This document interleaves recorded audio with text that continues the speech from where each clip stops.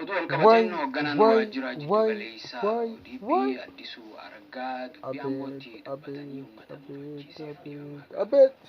obbo Addisuun OBN Wayyo, dhiif wayyo, kennanii wayyo, dhiifama gaafatan. wayyo. Wayyaa Oromooti, wayyaa Oromooti, nama tuffatan. Addisuu Araggaan, Shimallis, obbo Shimallis, lameenuu aangorraa buhuu qaban.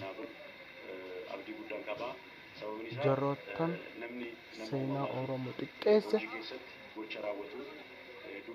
seenaa harka muraa,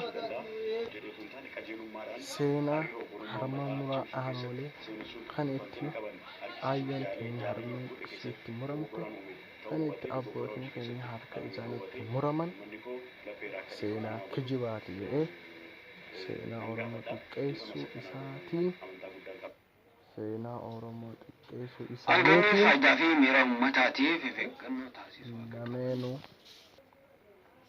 lameenuu obbo Shimallisis obbo Addisuu Araggaatis aangoo gadhiisuu qaban.